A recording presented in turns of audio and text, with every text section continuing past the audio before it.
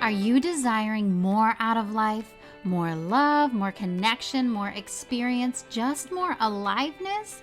Well, that is your soul calling you. And together we are going to uncover those soul desires and help you bridge the gap between your physical life and your true soul self. Welcome to the Suddenly Spiritual podcast. My name is Emilee. I'm an intuitive, a psychic medium, and someone who recently and very suddenly awakened to spirituality. On this podcast, we are going to talk all about connecting with your soul to live your fullest, most beautiful life. We're going to talk about spirituality from the perspective of the everyday person.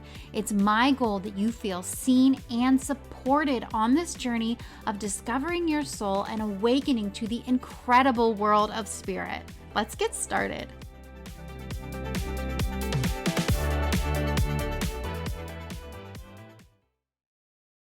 Hello, my friends, and welcome back to the Suddenly Spiritual podcast. It's me, Emilee, your host, and I'm really happy to be here talking to you again for another episode. If this is your first time tuning in, welcome, and thank you so much for clicking play. I really hope this episode speaks to your heart and that you can relate to the concepts that I am talking about. Here on the Suddenly Spiritual podcast, we talk all about spirituality from the perspective of the everyday person. I'm someone who very unexpectedly had a spiritual awakening, and all of a sudden my life looked completely different than I had ever experienced it before. So all of the things I talk about here on this podcast are part of my journey of starting to understand that the world is so much more than just the physical reality that we have come to know. There's actually this whole non-physical world of spirit, God, universe, source, whatever words you want to use, but there's this whole energetic side of life that I have just recently discovered. And this podcast is all about discovering the magic that is in this energetic side of life, this non-physical side of life. And I try to really bring you these concepts in a way that makes sense to normal, not woo-woo people, because I spent my whole life feeling very logical and not really connected to anything that I would consider spirituality. And actually mentioning the logic brain, that is what we're going to be talking about today. Lately, I've been doing a lot of lives on Instagram. And if you want to check out those, you can follow me on Instagram. It's at Suddenly Spiritual. But in those live videos on Instagram, a lot of times I have been alluding to the fact that our logic brain can sometimes hold us back from creating and believing in big dreams. Our logic brain, it can really limit what we see as a possibility for our future. And recently, I had a very real life example of this pop up into my reality and come into my awareness. It's an example of how I have had this belief that I created in my logic brain, in my ego brain, that has persisted for about 15 years. And it has really shaped the way that I have lived my life. But it's recently come into my awareness that my memory and my interpretation of this situation that made me feel so limited, it was not the full truth. It was not the full reality of what had happened. And it just blew my mind that I've spent the last 15 years basing my life on something that I remembered that wasn't the full truth. And it was just such a perfect example of how our logic brain can sometimes limit us, because I was making decisions from this limited truth and I didn't even know it. I didn't even realize it. So today I want to dive deeper into this concept that if we are basing our lives on our logic brain, we're really limiting ourselves to possibility. And I also just want to talk a little bit about our memories and how we interpret situations in the past and how we've internalized things, and start to really bring up the question if those things are actually true, if those things are actually useful for us to believe and continue to carry forward into our future. So I'll share this specific example that really blew my mind in the last couple of weeks. And we'll talk about today the contrast and the relationship between living from our logic brain and living from our expansive soul, from our heart, and from that place of limitless possibility. And so it's my intention today just to get you thinking a little bit more about your logic brain and about the way that you make decisions and the way that you believe in what is possible for you. Now, before I get into my story and this big aha moment that I had recently, I just want to say that through all of this, I am not saying that we should abandon our logic brain, that we should never follow logic, or that our logic brain is wrong or bad or anything like that at all, because we are humans and we need our logic brain. I believe that we've been given our ego, our logic, our thinking, everything that is a part of what it is to be a human has been given to us for a purpose, and we're supposed to use it. So, as I'm talking through the concepts today and what I have learned, just know I'm not saying abandon your ego. I'm not saying your ego is bad. I'm not saying logic is bad. I'm not saying any of that. We need our logic brain to analyze life and to make smart decisions. And I just wanted to emphasize, I don't believe in the concept that spiritual teachers sometimes share that we need to get rid of our ego. I think it's a part of us for a reason, and it's something that we need to incorporate into our lives. What I do think is that we need to learn how to balance our logic brain and the soul part of us, that part of us that exists in infinite possibility and unwavering belief. I think that a lot of times as humans, we do rely a little too heavily on logic, and it can limit our ability to dream and our ability to be open to unexpected and illogical possibilities, because miracles do happen. Unexpected opportunities do arise, and so much happens in our life that is outside of what logically seems possible. And the truth is, our logic brain is limited by analyzing our past experiences, and that's how our logic brain makes decisions. And so when we make decisions from our logic brain only, we're limited by our past experiences. We're limited by what we currently understand to be true. And if we only make decisions from there, we're kind of limited to just repeat what's possible for us, and there's a limit, or like a barrier, a ceiling to what we can achieve. Logic is important, but also we need to leave that room for miracles and possibility, and for believing in things that are just not logical at all. And that's where our soul comes in, and our unwavering belief and trust in the universe, and belief that we're meant for these incredible, amazing things that may not feel logical based on our life up until this point. My point with this is that logic's important, but it's not always the best predictor of what's to come next, or what's possible for us, or how to prepare for the future. So before I dive into what we're talking about today, I just wanted to make that statement. There's nothing wrong with being logical. I'm not saying that at all. That's super important so that you can exist in the world, because we have to go around doing people things all day, and people things require logic. But we also need to try and balance that with our belief in miracles and our belief in something totally illogical being able to happen, because a miracle is not a logical event. It's not something we could expect or prepare for.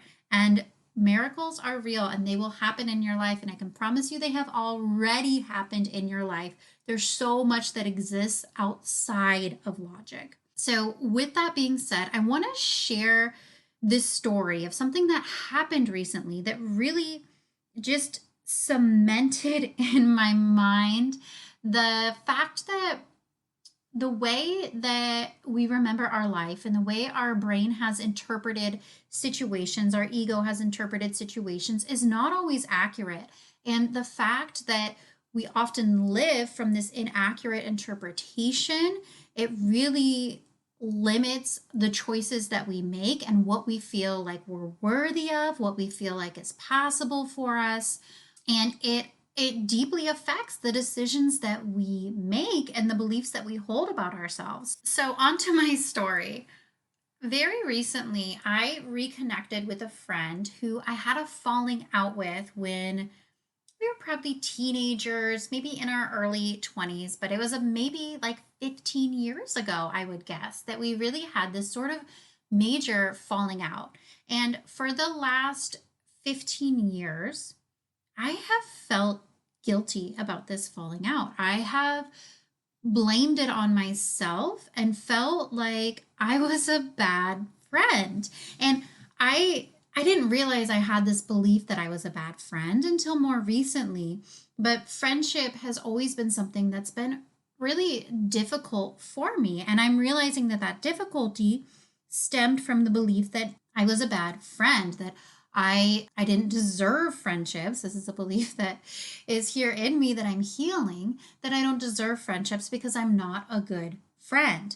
So I had this belief that we had this falling out because of something that I did. I recently reconnected with this old friend and we've been talking, and I brought up the fact that I felt really bad about our falling out, and I wanted to apologize to her that I was not a good friend to her. And here's the thing that blew my mind. She replied that she felt like she had been the bad friend and she felt guilty about our falling out 15 years ago. So I had this memory and I felt like she probably resented me. I felt like I had wronged her. I felt like I had really hurt her. And I was feeling so, I mean, I had this feeling of guilt there, like in the back of my mind, in the back of my heart. I had this feeling of guilt within me and shame for how I acted in the friendship. And I had blamed the entire falling out on me.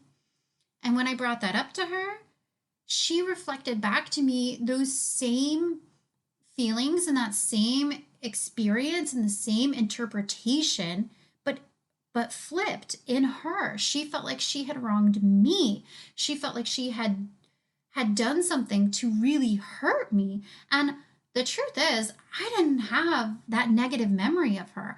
I didn't even remember the situation that she brought up. It was so far in the past for me. I had no idea that she was carrying this feeling of guilt about how our friendship ended and vice versa. And when she told me that she was holding these exact same feelings as me, I was like, wow, I have spent all this time feeling guilty and I only had positive memories of her, truly. And I felt like I was the bad friend. I felt like I was the one who ruined things. And that's not how she remembered it. She didn't have anger toward me. She didn't have resentment or any of the negative feelings towards me that I had expected. In fact, she felt the opposite. It really made me question my memory, for one, and then it made me really start to deeply think about the way that my brain interprets situations and my ego interprets situations to sort of twist them into the narrative that I have built about myself. And the narrative that I have built about myself is that I'm a bad friend. So I twisted this memory to fit that narrative that I had created, to fit that story that I had created about who I am. And I had turned that memory into something to support that belief and then to make me feel bad. And the thing is, it's not just my brain, it's everybody's brain because we all have these stories that we tell about ourselves. We all have these beliefs about who we are. And our brain's job is to confirm what we already believe. So my brain twisted this memory to confirm what I already believed about myself. The thing that's so wild is I have done so much work on my mindset. I have been so committed to healing my inner voice, to healing my mindset about myself, to feeling worthy, to all of this positivity and reflection, creating all of that within myself. And yet, here was an example that I I never questioned that my memory was accurate and that my interpretation of the situation was accurate. That felt like solid truth to me. But here I was brought with another example of how my interpretation of the past was just based on a story I was telling myself. And, maybe in that falling out of the friendship, maybe I really was wrong. Maybe she really was wrong. Maybe we both were wrong. The fact is, it actually doesn't matter. That's what I realized in this situation. It really doesn't matter because both of us had spent time feeling guilty about this situation when we really didn't need to because I didn't even remember the wrong that she had talked about. I had forgiven that so long ago that I didn't even know it had happened. Like, I didn't know that that had happened anymore. And there was no reason for her to feel any guilt or any shame or anything about what had happened. Like, I had moved on and I have nothing but love for her. And we could have rekindled that friendship so long ago. And instead, it took 15 years of feeling shitty before the truth kind of bubbled to the surface. And the truth was that we were both young and maybe we had both done things that were wrong, but it actually doesn't matter anymore because the truth is, beneath whatever wrongs we had done to each other, there was just so much love and friendship and respect and admiration and just this desire to reconnect and to be connected because we had such a deep and understanding friendship. So, in this example that just totally blew my mind, it was another way for me to realize that the logic brain can really hold us back and shape our everyday, shape our future in ways that we don't even realize because I didn't realize how much I was holding on to that memory and holding on to that guilt and that I was really clinging to that example of how I'm a bad friend and I don't deserve friendships. And I was clinging to that so hard that I had just twisted the memory to support that belief. When in reality, it just wasn't true. And I have been making decisions in my life based on this belief that I'm a bad friend. I had all of this logic to support that. But my logic brain was limited by the story I was telling myself.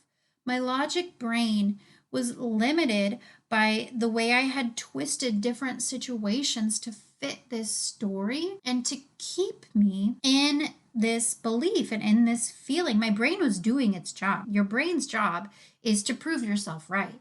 My brain was doing the job that it is meant to do. I just didn't realize it. And so, as I have moved through life over these last 15 years, I have moved through life making decisions based on the fact that I'm a bad friend and based on the fact that I have all of this logical proof to back up that belief.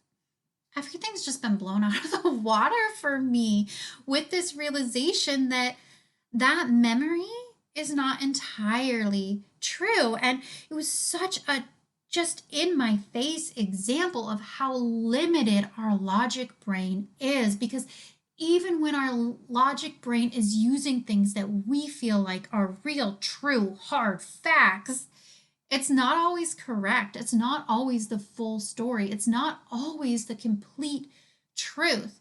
And so I can see now the way that I have limited my ability to have friends because I've been living with this belief about myself that I'm not a good friend and I haven't felt worthy of friendships.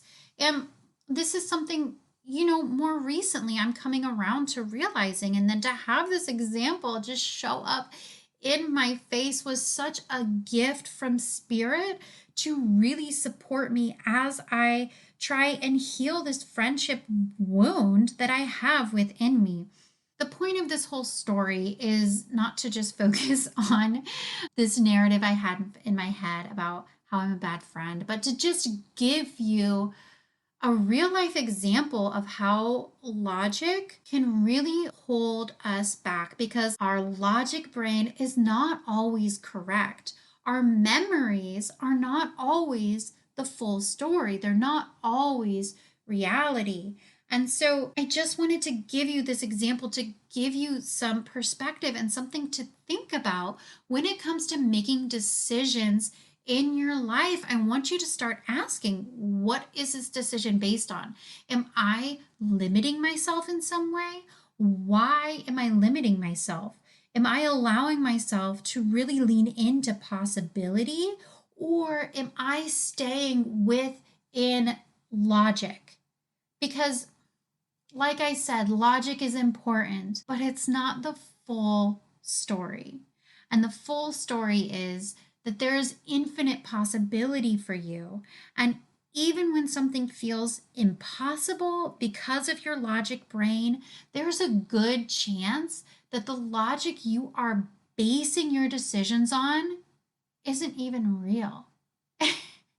It's not even real. It's just how your brain has interpreted a situation based on your own personal beliefs, based on your own wounds, your inner voice, based on how you have decided to perceive yourself. So, my point with this is just to encourage you to dive a little deeper. And I also just wanted to share with you what I'm learning. And this friendship wound is something that I'm working on healing, and it's hard. And this new realization that my memory is not complete and that the logic I've been using is not fully accurate has just, I don't know, it's like kicked down a door. It's like broken the ceiling. It's totally opened up a new realization in ways I've been holding myself back that have been completely unnecessary. I really hope this story and this example provides you with a little more real life context for the difference that there is between leaning into our logic fully and leaning in to our soul and into possibility, into our desires, into the infinite opportunities that exist for us. I think we need a balance of those two. And that's something I'm learning to incorporate in my own life. And it just keeps being shown to me at deeper and deeper and deeper levels. So I hope that sharing my learning is helping you on your journey and showing you another level where you can start incorporating this soul purpose you have on the earth, where you can start incorporating your ability to believe really big dreams, to believe that anything is possible. Because it might sound silly to you, but I haven't really believed that it's possible for me to have deep and meaningful friendships. I really haven't been able to get behind that belief, even though it's something that I desire for my life. And I'm realizing now that what's been holding me back is that logic brain. And maybe there are things in your life that you have been holding yourself back from believing in fully. And I really hope that you take the time to analyze, what is holding me back from this belief? Is it my past experiences, and am I interpreting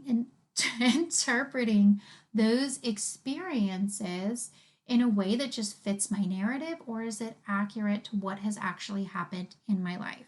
Okay, that is all for today. I just had to share this potent story and this big realization that I've been having. I hope that it is helpful for you as you look back on your own life and as you look to your amazing future of possibilities that are waiting for you. I am sending you so much love all the time, and I'll chat with you again soon. Okay, goodbye, my friends.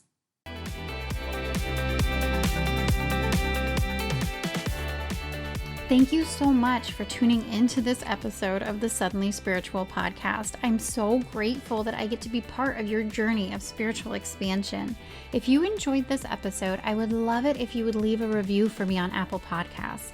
It's a quick, free, easy way for you to support this podcast, and it helps me reach more people who are looking for support on their spiritual journey. You can find a link to leave a review in the show notes. Thank you so much, and I'll chat with you soon.